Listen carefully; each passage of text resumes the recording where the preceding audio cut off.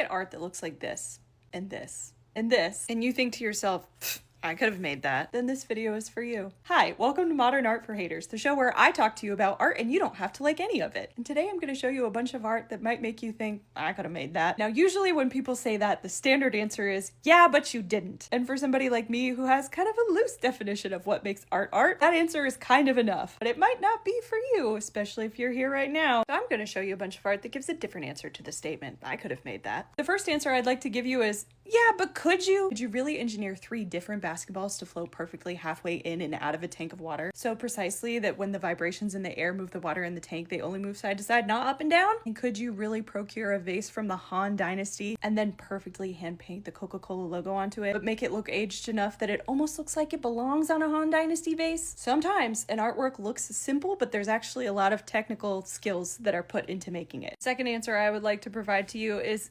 yeah, and that's the point. Anybody could have made a messy bed, and lots of people do make messy beds when they're in the middle of a mental health crisis. But that goes overlooked when the mess is being made behind closed doors, so let's put it in the middle of a museum so we have to talk about it. Sometimes the answer is, no, you couldn't, and I couldn't either. Somebody else could, though, and we should appreciate them. I didn't make the urinal on the pedestal, and I didn't make the vacuums in the plexiglass case, but someone did. And they made design choices about the aesthetics of these objects, but we don't appreciate them because they're everyday objects. So I'm gonna put them in a museum so that you look at them like art and appreciate the works of design that they are. Another answer might be, yeah, you could make this, but there's some stuff that I can make that you can't, because this was made by Jackson Pollock, but this was also made by Jackson Pollock. This was made by Pablo Picasso, and this was also made by Pablo Picasso. This was made by Henri Matisse, and this was also made by Henri Matisse. A lot of artists enter into a more conceptual, abstract phase of art after they've already shown mastery of a lot of the technical skills that you think about when you think about art. Or they ignore those skills or break the rules on purpose. It's kind of like how the only way to guarantee getting a 0 on a test is to know all of the correct answers. If you want to break or ignore the rules for a desired effect, you have to know the rules first. And the last answer I want to give you is, yeah, you could. And that's what makes this so fun. Sometimes in contemporary art installations, the artist is the facilitator of the art, and the viewers are also the participants. So you could, for example, ask a bunch of people in a local community to donate objects that you paint white and fill into a room, and then ask all the visitors to come into the room and color the room full of colorful dots, making all of those objects into something completely different, something that is colorful and fun. Or you could make a red grid all over the floor and ask people to bring objects that would fit in that grid that are all the color red. And then everybody who goes there gets to look at it and enjoy the number of things in the world that are red. And then once you've laid out this highly interactive format, other people can replicate it. They can do this fun thing too, but it was your idea first. Because yeah, anybody could do that, but